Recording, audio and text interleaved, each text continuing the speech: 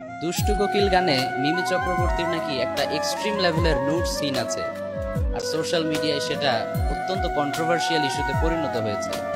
আমার অ্যাসিস্ট্যান্ট আমাকে বলল, হুজুর এই ইস্যুতে কিছু মেসেজ ড্রপ করার জন্য অনেকে আপনাকে রিকোয়েস্ট করেছে। তো অ্যাকচুয়ালি টু বি অনেস্ট, আমি কিন্তু খুবই ব্যস্ত মানুষ, এজন্য ইচ্ছা থাকা সত্ত্বেও সব ইস্যুতে ইন্টারাপ্ট করার স্কোপ আমার হাতে থাকে না। But I think it's a very sensitive and important issue for us.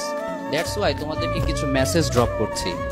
First of all, আমরা সকলেই জানি যে ইসলাম আমাদেরকে এ ধরনের সিনেমা দেখা সাপোর্ট করে না, হারাম করেছে আমাদের জন্য। বাট একটা সময় ছিল যখন বাংলার ম্যাঙ্গো পিপল, মানে আমজনতা, ফ্যামিলির সবাইকে নিয়ে একসাথে অ্যাটলিস্ট বাংলা সিনেমাগুলো দেখতো।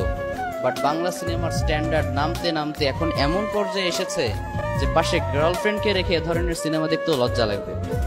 ঠিক কিনা বলো যুবক ভাইয়েরা? সেন্সর বোর্ডের মেম্বাররা কি যে করে আমার বুঝে আসে না। How can they be so irresponsible? একটা সিনেমা পাবলিশ করার পূর্বে সেটা ভালো করে মনিটরিং করে অ্যাটলিস্ট এক্সট্রিম লেভেলের নোট সিনগুলো ডিলিট করা তো তাদের রেসপন্সিবিলিটি ছিল। তারা তাদের দায়িত্ব ঠিকঠাক পালন করে নাই। এজন্য আমাদেরকে খুব বেশি সতর্ক থাকতে হবে, অ্যালার্ট থাকতে হবে যুবক ভাইয়েরা। নিউজ ফিডে যদি এ ধরনের কোনো কন্টেন্ট তোমার সামনে চলে আসে, জাস্ট ইগনোর দ্যাট। দেখলেন তো, এই কপির বক্তা তিনি মিজানুর রহমান আজহারি হুজুরকে কপি করে করে বক্তব্য দেন। কিন্তু মিজানুর রহমান আজহারি হুজুর তো কোরআন হাদিসের আলোকে, ইসলামের আলোকে সুন্দর করে বক্তব্য দেন। আর এই বক্তা সবসময় মেসেজ ড্রপ করেন প্রেম ভালোবাসা নিয়ে, গার্লফ্রেন্ড বয়ফ্রেন্ড নিয়ে, সিনেমার মুভি নিয়ে। এবং রিসেন্টলি একটা ফিল্ম রিলিজ হয়, ওই ফিল্মের দুষ্টু কোকিল গান নিয়েও সে বিশ্লেষণ করছেন, ব্যাখ্যা করছেন।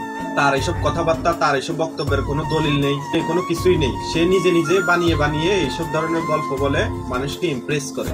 সে বিভিন্নভাবে মানুষের সামনে কোরআনকে অপব্যাখ্যা করতেছে এবং বাজেভাবে উপস্থাপন করতেছে, যার কথার কোনো ভিত্তি নেই, কোনো দলিল নেই।